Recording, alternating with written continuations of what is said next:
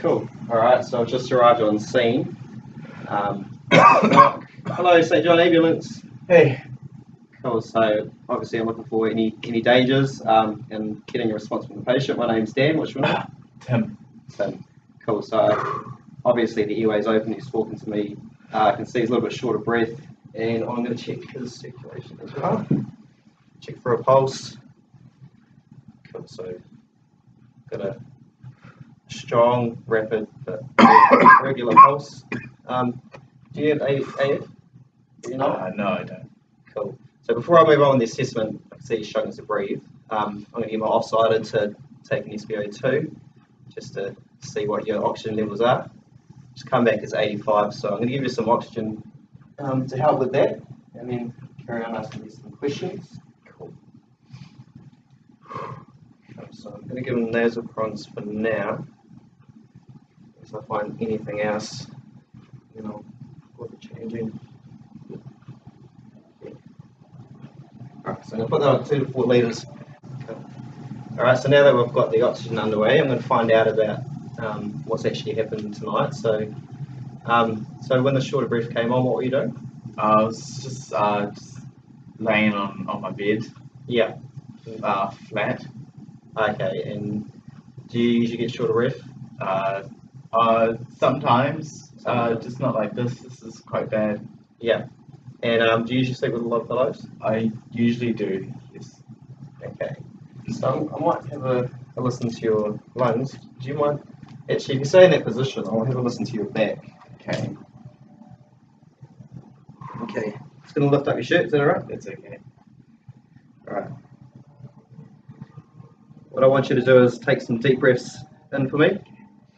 And yeah. Again. Cool. So I'm going to start at the top and I'm going to do both sides. And again. And then I'm going to check each lobe of the lung. Keep going.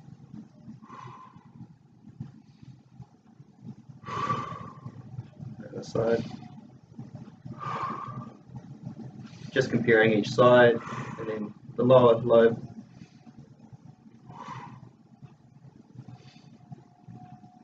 One more.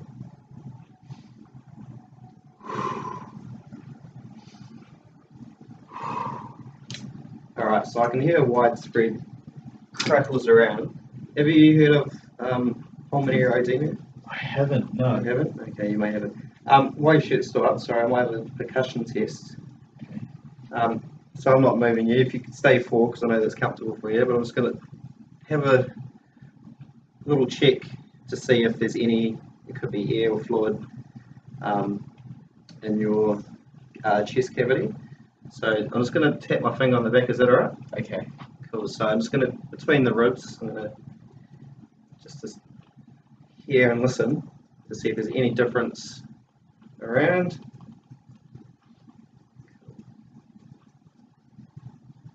You haven't been injured or anything around the chest area lately? No.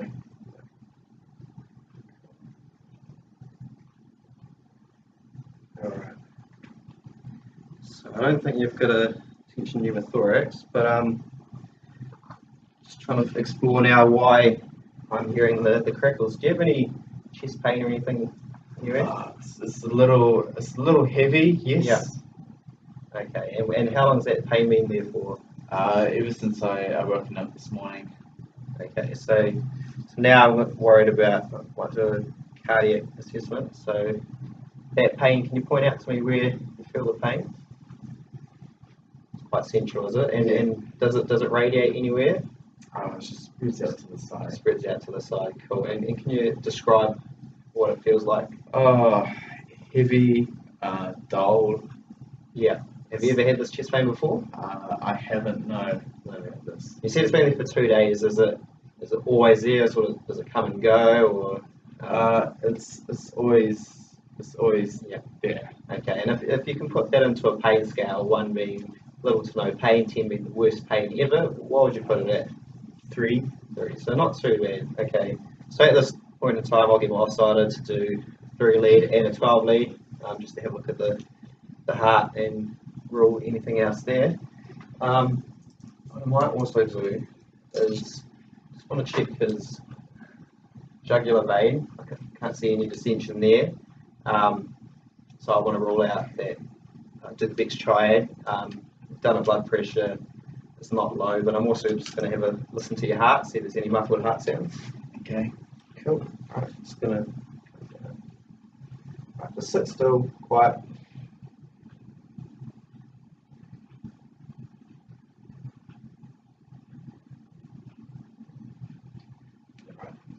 I can hear a nice loud heartbeat. It's a little bit fast for you, but it's probably a few things. But yeah, at this point in time, I'd like to take you up to the hospital and get you checked out. Okay. Alright, and do you mind if I have a look at your feet? So to see if got any swelling going on?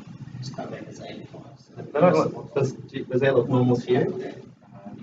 You don't look like they've been swelling up or anything? No. Cool. Because if you do have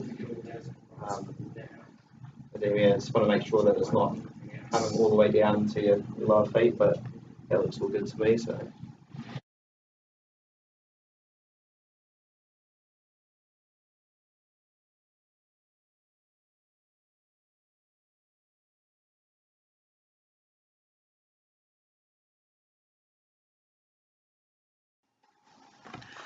Alright, so my conclusion to Tim's assessment, first thing I did was make sure his ABCs were fine. His airway was open, he was breathing, talking, and he was sitting forward in a sniffing position, which was helping him breathe a bit better, so I knew the airway was fine. Breathing was shallow and rapid, but I knew the air was moving in and out, so he was getting good oxygen.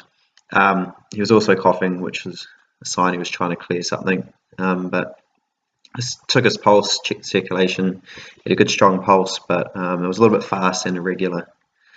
I believe Tim's diagnosis is cardiogenic pulmonary edema. He initially presented with shortness of breath, but after some investigation and questioning I found that he did have chest pain as well, which is a sign. I did an assessment of the two different systems contributing to the chief complaint. Did the respiratory system because of the shortness of breath, and a cardiac system assessment, which helped narrow down my diagnosis. I ruled out tension pneumothorax by doing a percussion test and just listening for any sort of abnormal sounds there. I also auscultated. I couldn't hear any stridor, so no anaphylaxis. There was no wheezing, so ruled out asthma or COPD. But I did hear widespread crackles, which is the sound of fluid on the lungs, which is why I was coughing and his body trying to clear out that fluid. Crackles are usually a result of pulmonary edema. I